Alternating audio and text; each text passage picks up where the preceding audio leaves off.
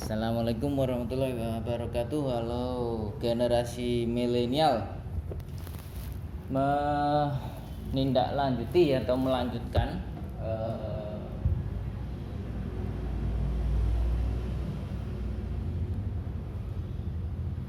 membedah buku, membedah buku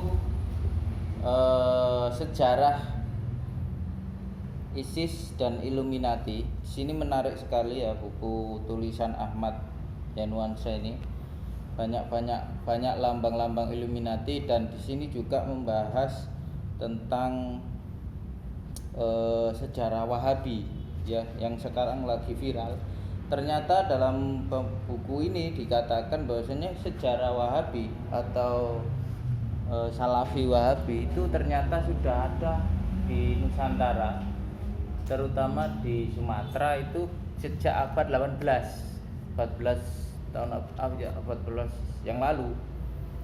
Dan sekarang lagi viral karena ada dunia medsos lewat YouTube, Facebook, banyak sekali bahasan-bahasan tentang Wahabi Salafi itu.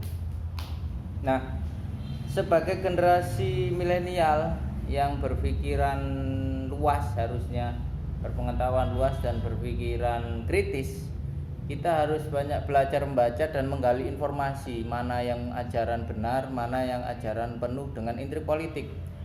Nah, kalau menurut buku ini, gerakan Wahabi Salafi sejak mulai awal dibentuk oleh Muhammad Ibnu Abdul Wahab, pendiri Wahabi, dan dia sangat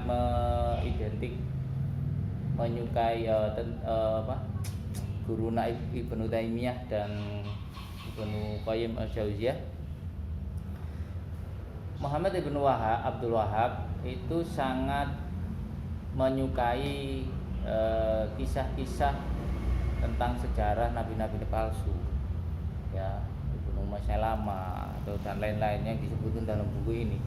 Kelihatan sekali kalau menurut buku ini ya, dia itu sepertinya ingin menjadi nabi baru dalam abad dunia baru, sehingga dia melakukan kerjasama dengan Ibnu Saud, yaitu pendiri kerajaan Arab Saudi, untuk melemahkan kerajaan Utsmaniyah, dan disokong penuh oleh kerajaan Inggris.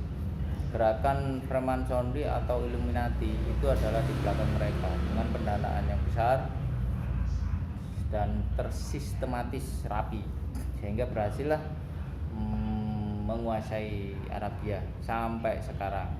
Dan kabarnya gonjang-ganjing sekarang banyak paham Wahabiyah di kerajaan Arab Saudi itu mulai dikeluarkan, diusir karena mereka baru menyadari kesalahan mereka. Itu kalau saya mengikuti berita sosial medianya ya. Dan banyak di sini lambang-lambang memang Illuminati, Freemasonry juga. Ya, Syekh Abdul Azawi Mufti Mekah yang disembelih oleh Wahabi itu ada ulama terkenal ya. Itu Syekh Abdullah Al-Jawawi, Mufti Mekah yang disembelih oleh Wahabi karena tidak setuju dengan paham Muhammad bin Wahab. Ya. Jadi buat teman-teman yang masih ikut pengajian Salafi Wahabi, maaf yang tidak berkenan ya. Sebenarnya mereka itu adalah gerakan-gerakan yang dinahkodai oleh pemerintahan Inggris sejak abad 17 yang lalu sampai sekarang, pembentukan kolonial negara-negara.